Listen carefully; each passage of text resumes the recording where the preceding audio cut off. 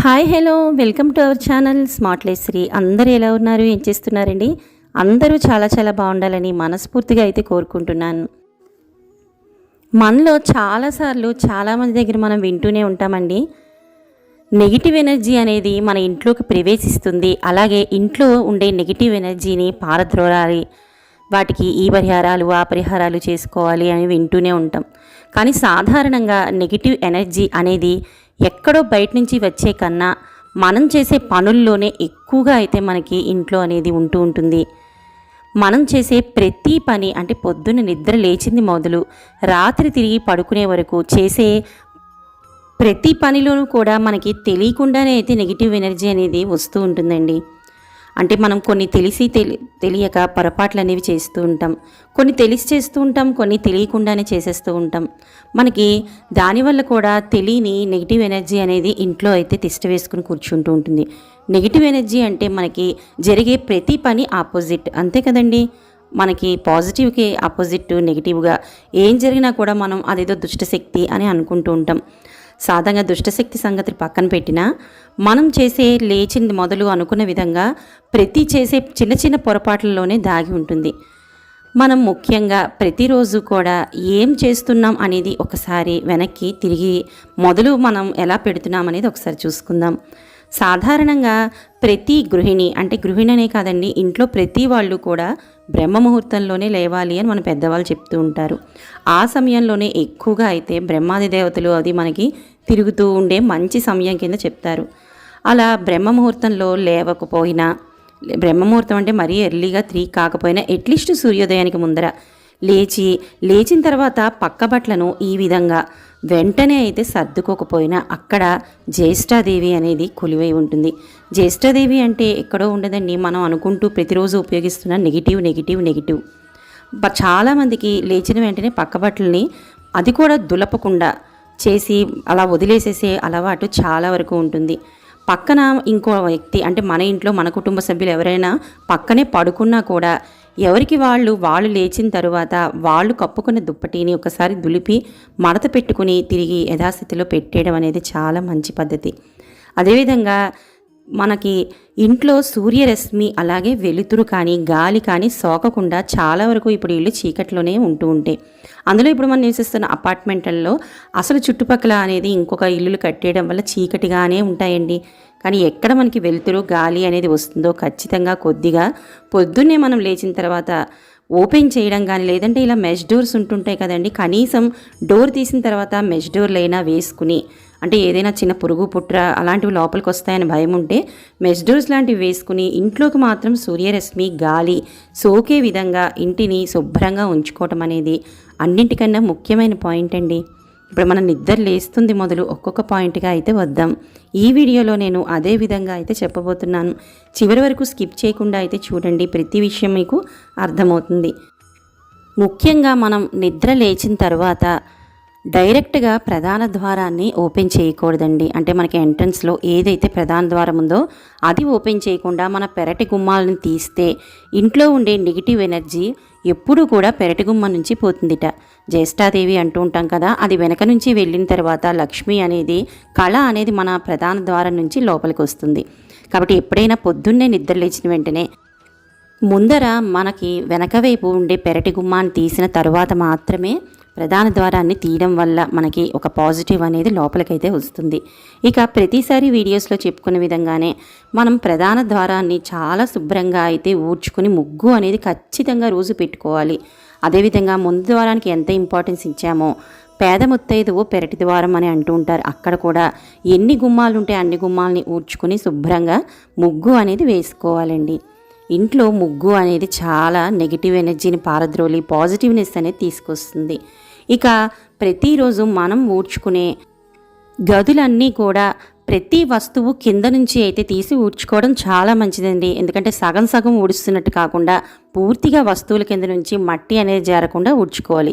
అదేవిధంగా తడిబట్ట పెట్టుకునేటప్పుడు ఆ నీళ్ళల్లో కొద్దిగా పసుపు అలాగే రాళ్ల ఉప్పుని మీరు ఏ లిక్విడ్ అయితే వేసుకోదలుచుకున్నారో అన్నిటిని కూడా వేసుకుంటూ ఇంట్లో ఎక్కడ పొడి అనేది లేకుండా ప్రతి వస్తువు కింద నుంచి అయితే మనం తడిబట్ట అనేది పెట్టుకోవాలి.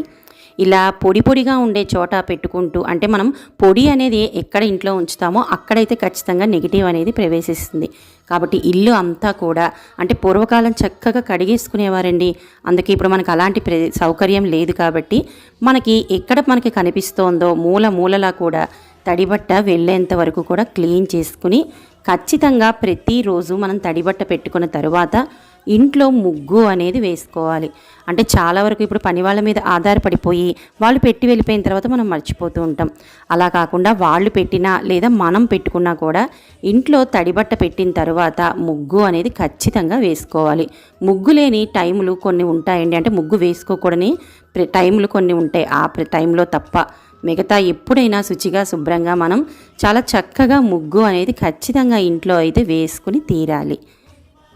ఇలా ఏ గదిలో మనం తడిబట్ట పెట్టుకున్నామో అన్ని గదులు కూడా చాలా చక్కగా వేసుకున్నాక మనం మిషన్లో బట్టలు వేసుకున్నా, చేతితో బట్టలు ఉతుక్కుంటున్నా ఎప్పుడు కూడా ఎక్కువగా మాసిన బట్టల్ని ఇంట్లో ఉంచకూడదు. ఇక్కడ ఒక ముఖ్య పాయింట్ అయితే చెప్తున్నానండి. చాలా వరకు చాలామంది ఇలాగా తలుపు వెనకాతల, అంటే ఆఫీస్ బిజీలో మగవాళ్ళు, పిల్లలు స్కూల్ బిజీలో వెళ్ళిపోయి ఇలా హ్యాంగ్ చేసేస్తూ ఉంటారు. అయినా కూడా ఇలా హ్యాంగర్కి వేలాడుతున్న బట్టల్ని అస్సలు ఉంచకూడదు. ఇలా ఉంచడం వల్ల అనుకోకుండా ఆడవాళ్ళకి ఈ నెగిటివ్ ఎనర్జీ అనేది చేరి మనకి పీరియడ్స్ అనేవి రావలసిన సమయంలో రాకుండా, అంటే మనం ఏదైనా పూజలు కానీ వ్రతాలు కానీ చేసుకుంటూ ఉన్నామనుకోండి, అప్పుడు అన్ఎక్స్పెక్టెడ్గా, అంటే మనకి పీరియడ్ టైం కాకపోయినా కూడా పీరియడ్స్ అనేవి వచ్చేస్తూ ఉంటాయట. అది కేవలం ఇలాంటి మాసిన బట్టల్ని ఇంట్లో ఉంచుకోవడం వల్లనే. ఇక ప్రతి ఇల్లాలు కూడా పొద్దున్నే లేచిన తర్వాత కిచెన్లో ఏదైనా పనికి వెళ్ళదలుచుకుంటే ఖచ్చితంగా అది స్నానం చేసిన తర్వాతనే మనం స్టవ్ దగ్గరికి వెళ్ళి ముట్టుకోవాలండి. అదేవిధంగా ఇంట్లో మనం వంట చేయాలి అనుకున్నప్పుడు స్నానం చేసిన తరువాతే మనం అగ్నిహోత్రాన్ని ముట్టుకుని వంట అనేది చేసుకోవాలి. ఇక ప్రతి ఇంట్లో కూడా గోమాత, అలాగే తులసి యొక్క పూజ లేదంటే తులసి మొక్క ఆరాధన అనేది తప్పకుండా అయితే ఉండాలండి. లక్ష్మీ స్వరూపానికి పెట్టింది పేరైన తులసి మొక్కను ఇంట్లో, అది కూడా మనకి చుట్టుపక్కల ఎక్కడా కూడా మట్టి కానీ చెడు వాసన కానీ ఏది ఉండకుండా అయితే ఉండాలి. మనం స్నానం చేసి వచ్చేసాం కదండి, ఎంత శుభ్రంగా స్నానం చేసినా ఇలా తులసి ముక్కలోని నీళ్లను పోసుకుంటూ గంగే చేమునే చేవ గోదావరి సరస్వతి నర్మదే సింధు కావేరి జలేస్మిన్ సన్నిధిం కురు అంటూ మన తల మీద కొద్దిగా నీళ్లు జల్లుకుంటే ఇంకా పవిత్రమవుతామండి చాలా వరకు. ఇక ప్రతి గుమ్మం, అంటే మనకి గడప ఉంటుంది కదండి, ఆ గడపని మనం లక్ష్మీ స్వరూపంగా భావిస్తాం. మన గడప పసుపు కుంకాలతో ప్రతిరోజు ఎంత పచ్చగా ఉంటుందో లక్ష్మి, అంటే మన పాజిటివ్ అనేది ఇంట్లోకి అంత ఎక్కువగా ప్రవేశిస్తుంది. ఇక ఇందాక చెప్పుకునే విధంగా వంట చేయాలి అనుకుంటే మాత్రం, అంటే పొద్దున్నే బాక్సులు బిజీ కానీ ఏదైనా ఉన్నా కూడా మనం కొద్దిగా స్నానం చేసి మాత్రం వంటింట్లోకి ప్రవేశించడం అనేది చాలా వరకు మంచిదండి. ముఖ్యంగా ఆడవాళ్ళు వంటగదిలోకి అగ్నిహోత్రం దగ్గరికి వచ్చేటప్పుడు ఖచ్చితంగా స్నానం చేసి శుచి బట్టలు కట్టుకున్న తర్వాత మాత్రమే ఆ వంట కానీ ఏదైనా చేసుకోవడం అనేది చాలా మంచిది. ఇక పూజ గదిలోకి మనం చేసే పూజలో ముందు రోజు పెట్టి వాడిపోయిన పువ్వులను తీసిన తరువాతే మనం కొత్త పువ్వుల్ని పెట్టకపోయినా పర్వాలేదండి, కానీ ముందు రోజు ఏదైనా పువ్వులు పెడితే మాత్రం అవి వాడిలిపోయినా లేదా ఫ్రెష్గా ఉన్నా కూడా ఖచ్చితంగా తీసిన తరువాతనే ఆ తీసినవి కూడా ఎక్కడ పడితే ఎక్కడ పడేయకుండా ఇలా ఒక బుట్టలో కానీ వాడినవి వేసుకుంటే అవి తొక్కని ప్రదేశాల్లో, అంటే నీటిల్లో కానీ లేదంటే మనం ఏదైనా చెట్ల కింద కానీ పచ్చని చెట్ల కింద కానీ వేసేసుకోవడం వల్ల మనకి ఎటువంటి దోషం అనేది ఉండదు. ఇక పూజా సమయంలో, అంటే ప్రతిరోజు కూడా పూజ చేసుకునే అలవాటు ఉంటే పూజ చేసుకోవచ్చు, లేదంటే పంచోపచారాలు అది కూడా మనకి సమయం చిక్కకపోతే కనీసం మనం దీపారాధన చేసుకుని కొద్దిగా పూలను పెట్టుకొని మనకి భగవంతుని ముందు మనం మన కోరిక కానీ లేదంటే మన తప్పొప్పులు కానీ చెప్పదలుచుకున్నామో అది ఆ భగవంతుని ముందు కూర్చుని మనం ఒక 5 నిమిషాలు స్పెండ్ చేసినా చాలండి. సాధారణంగా మనకి ఇంట్లో ఎక్కడ పూజ గది ఉందో అక్కడే భూతప్రేత పిశాచాలు చేరి ఉంటాయట. అదేంటి అనుకోవచ్చు మీరు, ఇదేంటి ఇల్లంతా వదిలేసి భూతప్రేత పిశాచాలు ఇంట్లో, అది కూడా పూజ గదిలోనే చేరుతాయా అని అనుకోవచ్చు. కానీ అవి అంటే మనకి చెడు చేయడానికి ఎక్కడ రావుటండి. వాటి జన్మ కర్మానుసారం వాటికి వచ్చిన ఆ జన్మ, ఈ జన్మతో వాటికి విముక్తిని నాకు ఇప్పించు స్వామి అని అవి ఆ ప్రదేశంలో కూర్చుని దేవుణ్ణి స్మరిస్తూ ఉంటాయట. మనం అనుకున్న విధంగానే నెగిటివ్ అనేది మనం చెప్పుకునే ఈ భూత ప్రేత పిశాచాలైతే అవి అక్కడ చేరినప్పుడు ఉత్తిష్టంతు భూత పిశాచాహ ఏతే భూమిభారక ఏతేషాం అవిరోధేన బ్రహ్మకర్మ సమారవే అని మనం ప్రతిరోజు కూడా చాలా చక్కగా మన పూజ గదిని శుభ్రం చేసుకుని కొద్దిగా నీళ్ళను చిలకరించుకుని అనుకుని ఆ స్వామికి దీపారాధన చేసుకుని కొద్దిగా ప్రసాదాన్ని ఏదైనా నైవేద్యం పెట్టుకోవటం వల్ల ఇప్పుడు చెప్పిన ఈ నెగిటివ్ ఎనర్జీ అంతా కూడా పోతుందిటండి. ఇక వీలైతే ప్రతిరోజు మనం శుచిగా వండుకున్న అన్నాన్ని కానీ లేదంటే ఎప్పుడైనా మనకి పండగల టైంలో కానీ లేదంటే వారానికి ఒక్కసారైనా కూడా మహానివేదన ఇంట్లో జరిగేటట్టుగా మనం అలవాటు చేసుకోవడం చాలా మంచిది. ఇక పొద్దున్న దీపారాధన అనేది ఎలా చేసుకున్నామో సంధ్యా సమయంలో దీపారాధన చేసుకోవడం కూడా అంతే మంచిది, అన్నే రెట్లు ఫలితాన్ని కూడా ఇస్తుంది.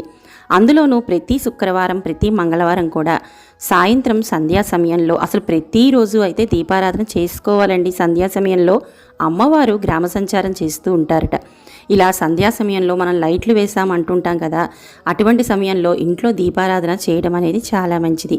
అదేవిధంగా తులసి ముందు కొద్దిగా మనం సంధ్యా సమయంలో ఒక్క దీపాన్ని వెలిగించుకుని ఇలా మనస్ఫూర్తిగా నమస్కారం చేసుకోవడం వల్ల ఇంట్లో ఎటువంటి నెగిటివ్ ఎనర్జీ ఉన్నా కూడా ఆటోమేటిక్గా అది పారిపోవాల్సిందేనండి. ఇలా అమ్మవారి ముందు ఒక్క దీపాన్ని సంధ్యా సమయంలో వెలిగించుకుని ఇక ఇంట్లో ఇంతకుముందు చెప్పుకున్న విధంగా ఎక్కడ ఏ మూల కూడా కొద్దిగా మనకి దుమ్ము అనేది కూడా చేరకుండా కూడా చూసుకోవాలి. అంటే ఇప్పటివరకు మనం చేసింది ఒక పని అయితే మన స్వహస్తాలతో ఇల్లును కూడా శుభ్రంగా అయితే ఉంచుకోవాలి. ప్రతి కిటికీ మూల లేదంటే గదిలో ఏ ప్రదేశమైనా కూడా దుమ్ము అనేది సాధ్యమైనంత వరకు అంటే ఇల్లు అంటేనే దుమ్ము చేరకుండా అయితే ఉండదు, కానీ మన కంటికి కనిపించినంత వరకు సాధ్యమైనంత వరకు మనం దుమ్ము అనేది చేరకుండా ఇంట్లో చూసుకోవాలి. ఇక కుదిరితే సంధ్యా వేళల్లో అంటే మనకి ప్రదోష సమయం అంటాం కదండి, ఆ సమయంలో మనం ఇల్లంతా కూడా చాలా చక్కగా ధూపాన్ని కుదిరితే వారమంతా వేసుకోవచ్చు, లేదంటే మంగళవారాలు శుక్రవారాలైనా అట్లీస్ట్ ఈ విధంగా ధూపాన్ని ఇల్లంతా వేసుకోవటం వల్ల నెగిటివ్ అనే మాటే మన ఇంట్లో అనేది అసలు ఉండదు. ఇక వేసుకునే ఆ ధూపం కూడా సాంబ్రాణి కానీ గుగ్గిలం కానీ ముఖ్యంగా ఆవు పిడకలతో కానీ లేదంటే దశాంగంతో కానీ ఏదైనా కూడా చక్కగా ఇల్లంతా వ్యాపించేట్టుగా పొగని వేసుకుని మన ఎంట్రన్స్ మొదలు మన ఇంట్లో ప్రతి గది కూడా చాలా శుచిగా శుభ్రంగా వీధి వాకిలిలో ముగ్గు ఉంచుకుంటూ అదేవిధంగా గడపకి పసుపు కుంకాలు రాసుకుంటూ ప్రతిదీ కూడా మన ఇంట్లో ఈ విధంగా అందంగా శుభ్రంగా ఉంచుకోవటం వల్ల ఆ ఇంట్లో నెగిటివ్ అనేది దరి చేరదు. మనం ఇందాక చెప్పుకునే విధంగా ఏ విధంగా నెగిటివ్ ఇంట్లో చేరినా కూడా మనం చేసే ఈ పూజలు కానీ మనం చేసే ఈ శుభ్రతను కానీ చూసిన తర్వాత నెగిటివ్ అనేది ఇంట్లో ఎందుకు చేరుతుంది? అదేవిధంగా ప్రతిరోజు దైవనామ స్మరణ అనేది తప్పకుండా అయితే జరగాలండి. పొద్దున్న సాయంత్రం కూడా ఖచ్చితంగా దైవనామస్మరణ చేసుకుంటే ఇంట్లో మనకి ఎటువంటి బాధలు కానీ ఈతి బాధలు కానీ మనకి నెగిటివ్ అనేది కానీ అస్సలైతే మన ఇంట్లో దరిదాపులకు కూడా ప్రవేశించదు. ఈ వీడియోలో నేను చెప్పిన పాయింట్లో ఏదైనా మీకు నచ్చినట్లయితే మీకు ఎంతో కొంత ఉపయోగించింది అని అనుకుంటే తప్పకుండా లైక్ చేయండి, అదేవిధంగా షేర్ చేయండి. కొత్తగా చూస్తున్న వాళ్ళు సబ్స్క్రైబ్ చేసుకోండి. రేపు మరొక మంచి వీడియోతో